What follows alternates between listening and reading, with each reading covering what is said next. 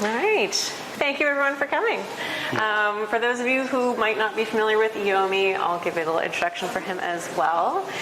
So Yomi is inspired by his background in science, love of animation, and his Nigerian heritage. He works in drawing, painting, and digital media in more geometric patterns. And typically, as you can see in his works, using vibrant colors and really bold compositions to explore the abstraction of familiar objects as well as the human form. In these new works particularly, you see a lot of the human form coming through and pushing different levels of that abstraction. His works focus on identity and introspection through a lens of humor to address selfhood within the context of everyday life. And Yomi holds a bachelor's degree in electrical engineering from the University of Ottawa and is a self-taught artist. And digital artist. His art has been showcased in group exhibitions including Black Dreams and Aspirations at Toronto's Union Station just this year, including also Inviting the Conflict at the Ottawa Art Gallery, which is ongoing at the moment, if you'd like to see more of Yomi's work there. Yomi is also part of the City of Ottawa's art collection, and in 2023 he was awarded a seed grant by the City of Ottawa. So welcome, Yomi. Hey. Thank you. So, hello, everyone. Thank you, Tiffany. Thank you, Wallspace, for putting together this exhibition. It did take quite some work, but it's here. Also, thank you to everyone for being here. Your presence is greatly appreciated. I think perhaps I'll start from a high level and talking about the 5 works in this show. So I like to think of my works as being in collections or albums or buckets, if you will, where the pieces in each bucket or each album sort of share the same style or share the same ethos, whether stylistically or subject matter. So the 5 pieces in this exhibition are from 2 separate buckets. There's one piece, I'll start with that one. So this is from a collection called Many Contradictions, Many Moods.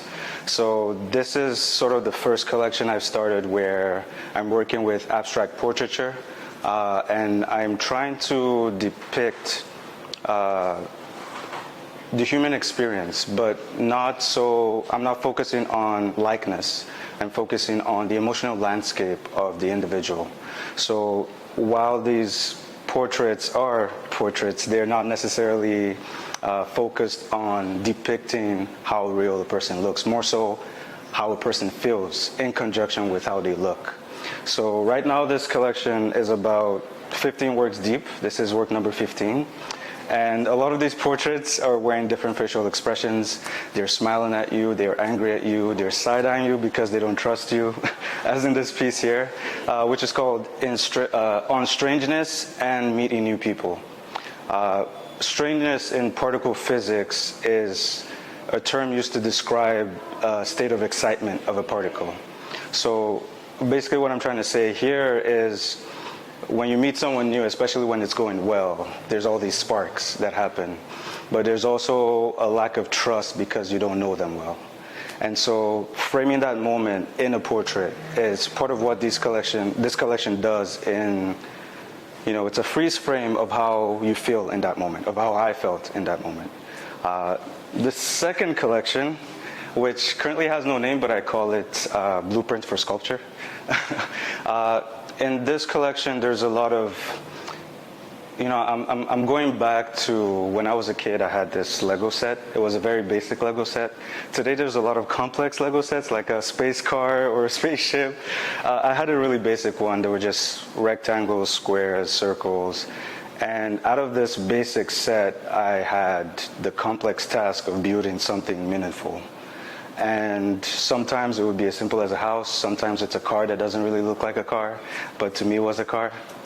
So over the past year, I've done a lot of drawings where a lot of these figures are like this, where I'm taking these basic shapes and forms and trying to build something out of it, trying to tell a narrative, trying to tell a story. And I want them to feel sculptural. I want them to feel heavy. I want them to feel balanced. Or losing balance, as is the case here, where the figure is sort of crumbling, but there's this raised head sort of fighting against the crumble. It's called a fighting chance. And a lot of my works, I'm focusing on emotion. I'm focusing on how I feel or my experience. So the figure here, despite crumbling, there's still this hint of hope with the raised head, trying to fight the struggle, trying to regain balance, in a sense. So that's this piece. The next one is called The Optimist. So I consume a lot of work like literature or music, and I collected a bunch of these sentences that described optimism in a very odd way.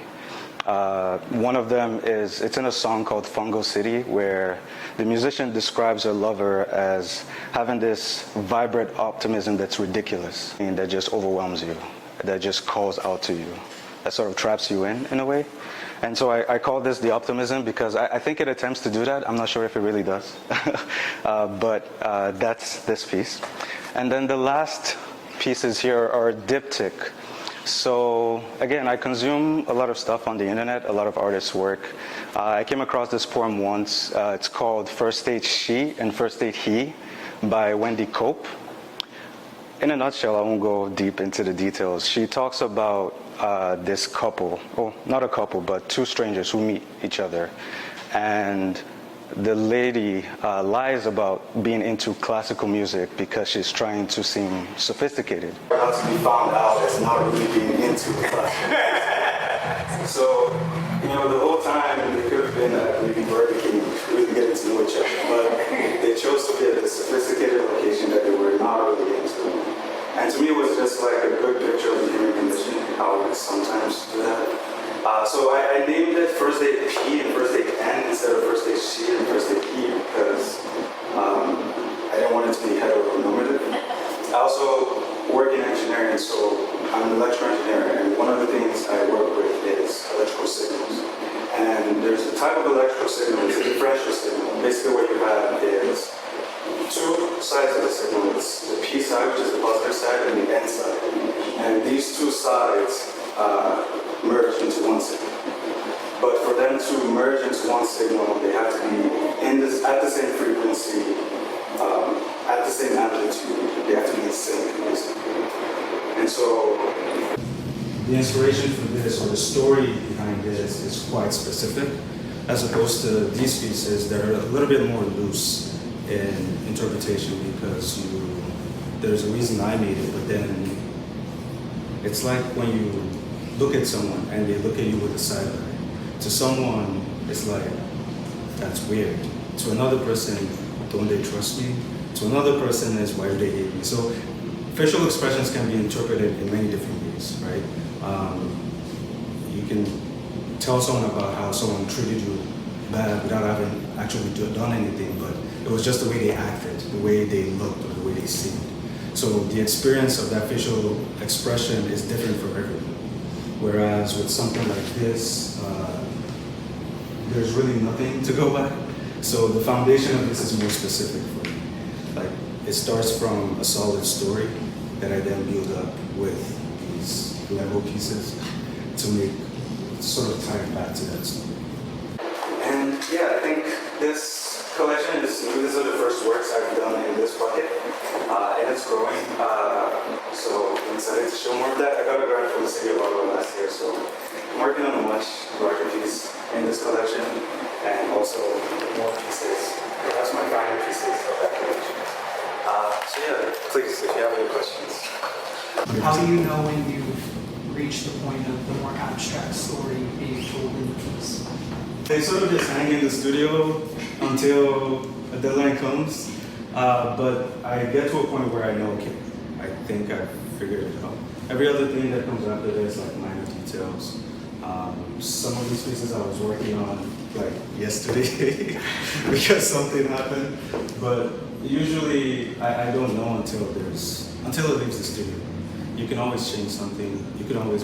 The thing is, you sort of do work by your experience. So if I was saying something today in this piece, but somehow my mind has changed tomorrow and the piece is still there, I may be tempted to change something. So when it's done is really when it leaves my hands. Otherwise, my mind keeps changing, and then the piece keeps changing. So that's what I'll say. Restraint is the hardest part. Yeah, exactly.